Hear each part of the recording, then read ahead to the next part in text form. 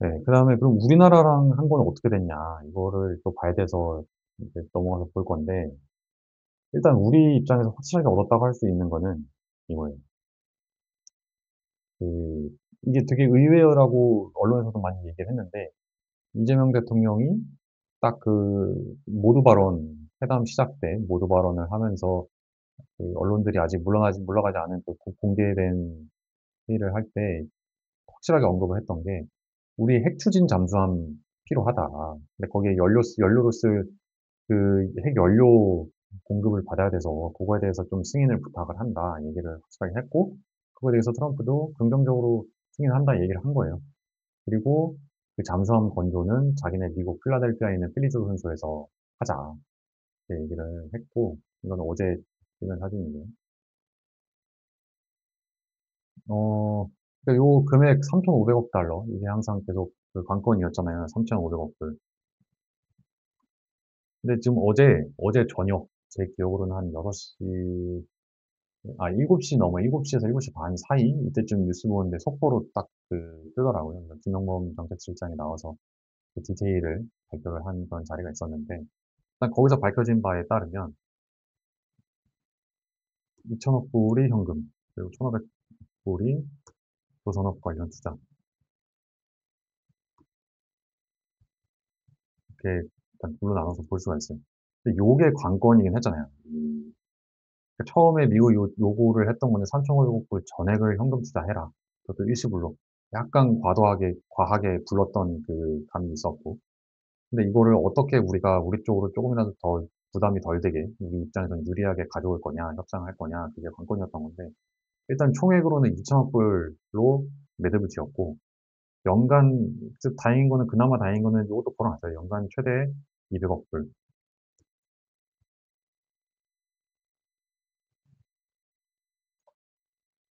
그래서 뭐 이것도 그 일시불이거나 이렇게 뭐 말도 안 되게 그런 건 아니고 1년에는 최대 200억 불로 해서 나눠서 수년에 걸쳐서 나눠서 이렇게 투자를 할 지급을 하고 투자를 할 거다, 시행을 할 거다라고 되어 있고 근데 여기에 이 숫자 이건 또 뭐냐? 또 그러니까 트럼프 스타일이 항상 이렇잖아요. 갑자기 듣도 보도 못한 숫자 확 던지고 그러니까 물론 이거는 이제 듣도 보도 못한 건 아니지만 굉장히 그 얘기됐던 거에서 갑자기 또 다른 얘기를 확 던지면서 진짜 사람 긴장시키고 이런 게 있잖아요.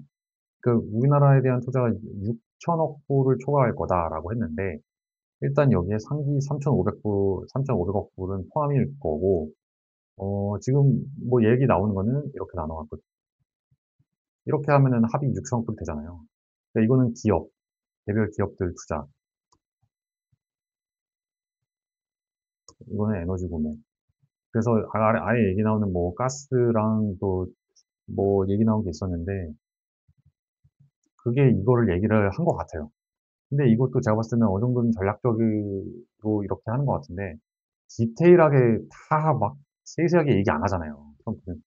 크게 덩어리로 그냥 6천억 불 해갖고 빵 던지고 뭐 이런 식으로 그 밑에 보면 러트닉도 그 똑같이 이거 배워먹은 것 같은데 갑자기 딴소리하고 뭐 합의됐던 거랑은 다른 얘기로 하고 그런 게 있어요. 근데 여기 보면은 아마 이렇게 구성이 될 것 같다는 게 좀 중론인 것 같고요. 지금 얘기가 나오는 거는. 그다음에 또 이런 그 사소한 찐빠도 냈어요. 총리라고 대통령이잖아요, 이재명이. 우리나라는 총리가 있긴 하지만 그 어떤 그 행정 수반으로서의 총리는 아닌 건데 우리나라 대통령이 행정의 수반이니까. 근데 뭐 일본 갔다 와서 헷갈려서 그런지 모르겠는데 그 프라임 미니스터라고 했다가 정정을 했다고 합니다. 그리고 예, 요거 석유와 가스, 석유 대량 구매 뭐 이렇게 또 던졌는데 이것도 뭐 얼마인지는 얘기 없고 근데 아마 이거이지 않을까라고 생각이 됩니다. 그리고 관세는 15%, 관세는 15%로 기존 25%에서 근데 여기도 또 그 디테일 지금 얘기 나와야 되는 게 있어요. 일단 우리가 얻은 거는 아까 말씀드린 것처럼 핵 추진 잠수함. 이게 정확히 표현하면 핵잠수함 그러기도 하는데 정확히 표현하자면 핵 추진 잠수함인 거. 핵 연료를 이용해서 그 추진력으로 운용되는 잠수함인 거예요.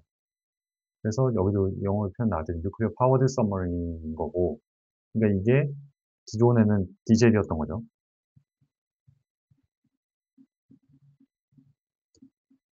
그래서 이거에 대해서 어쨌든 승인을 받은 거는 우리 입장에서 확실하게 얻은 건 얻은 거다라고 볼 수 있고, 그다음에 요거는 저는 굉장히 전략적으로 잘했다고 생각이 되더라고요.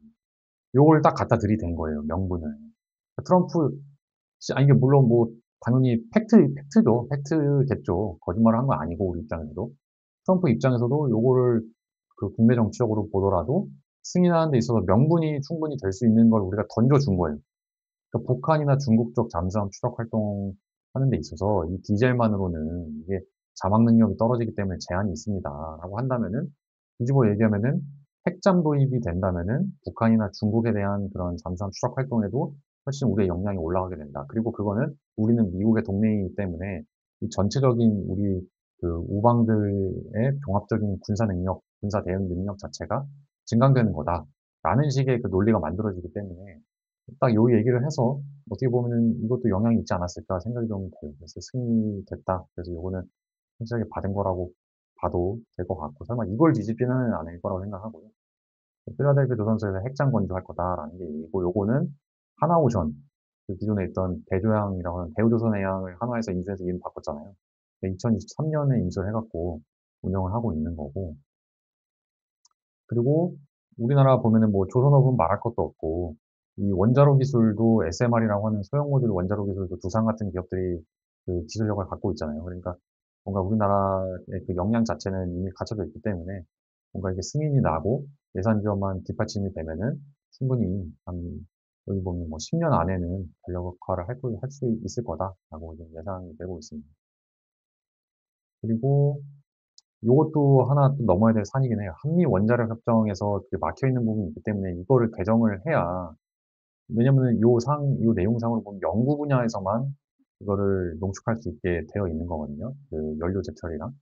그러니까 이런 것들이 좀 개정이 돼서 풀려야 우리가 확실하게 어떤 그 장애물 없이 이거를 진행을 할 수 있게 되어 있는 상황입니다. 그 다음에 제가 그 러튼이 딴소리 했다는 게 이제 그 얘기인데, 크게 포인트는 두 가지라고 보면 될 것 같아요. 시장 100% 개방이다. 반도체 관세는 이 포함? 우리 입장에서는 약간 잉스러운 그 얘기가 있었는데, 이거 아시잖아요. 그 오tek한 아저씨, 또 뱅커 출신인데, 근데 이것이 요새는 조금 표정이 핀 것 같아요. 왜냐면은 이 아저씨가 그 정권 초기에는 약간 좀 기분이 안 좋았거든요. 그러니까 원래 재무장관을 하고 싶어 했어요. 또 뱅커 출신이기도 하고 하니까. 근데 지금 그 사람 스카 베선트가 하고 있고, 그 사람도 뱅커 출신인데 밀렸잖아요. 그러니까 이 사람 입장에서는 뭐 장관 자리 하나 하기를 했지만, 그래도 사실 해외에서 보기에도 그렇고 국내적으로 보기에도 그렇고 재무가 상무보다는 조금 더 파워가 있는 걸로 보통 많이 치죠. 그러다 보니까 그걸 노렸다가 밀려갖고 좀 약간 기분이 좀 그랬을 텐데, 이게 갑자기 관세 협상 막 여기저기랑 하기 시작하고 하면서 굉장히 이 사람이 뭐 여기저기 언론 노출도 많이 되고 비중 있게 다뤄지고 있잖아요. 또 그 트럼프하고도 그만큼 또 직접적인 커뮤니케이션도 많이 했을 거고. 그래서 약간 좀 표정 핀 것 같아요, 요새. 털보 아저씨. 그래서, 그러니까 이 아저씨도 이런 거예요. 디테일 빼고, 앞뒤 다 자르고 그냥 툭 덩어리로 던지는 거예요. 시장 100% 완전히 개방하려고 했다. 뭔 시장인지는 얘기를 안 하는 거예요. 근데 이거 갖고서 또, 그, 우리나라는 긴장을 하는 거죠. 긴장할 수밖에 없는 거죠. 그리고 이거에 대해서 3,500억 불에 대해서도 딱 이제 협상 끝나고 나왔더니 뒤로 약간 좀 조금 다른 얘기를 하는 거예요. 트럼프 대통령 직접 지시하고 승인할 거다. 그러니까 그 밑에 내려놓는 이제 말씀드릴 거긴 한데, 어떤 그 심사위원회 같은 걸 만들어서 거기서 하겠다 그런 얘기가 있는데, 모르겠어요. 이게 일이 이렇게 조금 명문화되기 전에 강한 그 톤으로 이런 식으로 밑밥을 좀 깔아놓는 것 같기도 하고. 그리고 또 하나 우리 입장에서는 또 약간 심장 떨어지는 게 있거든요. 반도체 관세는 이번에 했던 협상 일부 아니다. 그러니까 이게 자기 X에다가 이렇게 던진 거예요. 그러니까 뭐 여기까지는 맞는 말이에요. 조선업 1,500억 불 맞고 필라델피아에서 하는 거고, 그다음에 뭐 이런저런 여러 가지 건설 프로젝트에 2천억 불. 그러니까 요 6천억 불이라는 거에 아마 요게 이렇게 녹아져 들어가 있다. 이렇게 나눠서 볼 수 있겠죠. 그다음에 요 얘기, 투자위원회를 만들어서, 그다음에 이거에 우리는 되게 희망을 많이 걸고 있던데 사실 이렇게 정성적으로 해 놓으면은 워낙 이렇게 그 뭐랄까요. 말 바꿀 여지가 많이 생기는 거라서 꼭 좋은 건지는 모르겠어요. '상업적 합리성을 따져서 뭐 그런 결정하겠다.'라는 게 참 뭐 말의 잔치가 될 수 있는 여지가 또 있는 거고 '참 쉽지 않겠다.'라는 그런 생각이 또 좀 드는. 그리고 이거 방금 말씀드린 시장 100% 개방이라는 게 왜냐면은 정부가 어제 발표했던 것 중에서는 쌀이랑 소고기 포함한 농산물에서는 추가 개방 없다라고 이미 발표를 던진 거거든요. 근데 여기서 이렇게 얘기를 하니까 그다음에 왜냐면은 지난 7월에도 비슷한 일이 있었어요. 우리가 그렇게 얘기를 했는데 갑자기 그 트럼프도 이렇게 얘기를 하고 그 우리나라에서 이제 화장품 사갔다는 그 캐롤라인 레빗 대변인도 뭐 이런 식으로 약간 대치되는 듯한 그런 얘기를 또 했고 그다음에 유충학 불을 또 던진 거 해부 내용 없이 그렇게 얘기를 해서 그 미국 언론도 보기에는 여전히 명분화는 좀 먼 거 아니냐. 디테일은 계속 물밑에서 조율하고 있는 것 같다라고 얘기를 했습니다. 근데 좀 비교가 될 수밖에 없는 거는 일본은 명분화를 다 했어요. 약간 깝깝한 거죠, 이게. 그리고 그 러튼얘기 뭐 요거는 맞는 얘기한 거죠. 차에 대해서 15% 하겠다. 근데 기존에는 25% 너무 세 갖고 이게 우리나라가 사실 우리나라라고 하면 우리나라 자동차 회사라고 하면 사실 유의미한 게 뭐 현대차 그룹밖에 없으니까. 현대차 그룹 그리고 브랜드 3 개가 지금 있잖아요. 현대, 기아, 제네시스가 있고 다 미국에서 판매를 하고 있는데 아무래도 일본 브랜드들하고 붙었을 때는 그래도 많이 올라왔다고는 하지만 1대1로 다이다이 떴을 때는 상품성 면에서 '아 우리가 압도한다.'라고 얘기하기는 어렵거든요. 그럼 결국은 그 소비자 입장에서 봤을 때 가격을 보고서 종합적으로 판단을 내리게 되어 있을 수밖에 없는데 걔네는 15% 관세밖에 안 붙는데 우리는 25% 붙어요. 가격에서부터 게임이 안 되는 거예요. 그렇다고 우리나라 브랜드들이 그 가격의 불리함을 상쇄할 만큼 뛰어난 압도적인 상품성이냐? 그거는 아니고 그렇다 보니까 특히 또 대중 브랜드에서는 가격이 굉장히 중요한 그 구매 기준 요소 중에 하나잖아요.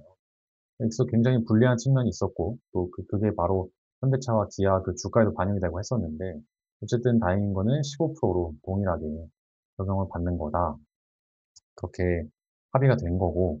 근데 이제 이게 어떻게 되냐에 따라서 또 한창 난리가 날 수도 있을 것 같습니다. 반도체는 합의 일부 아니라고 했는데 또 어제 정부가 발표하기로는 이렇게 얘기했어요. 우리가 대만 TSMC가 있으니까 반도체에 있어서는 경쟁국이잖아요, 우리나라.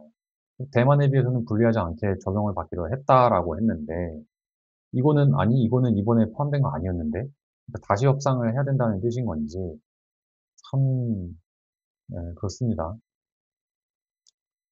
그래서 이거는 아직도 좀 갈 길이 먼 건 아니고 뭐 많이 꽤 남았다 정도로 논평을 할 수 있을 것 같습니다.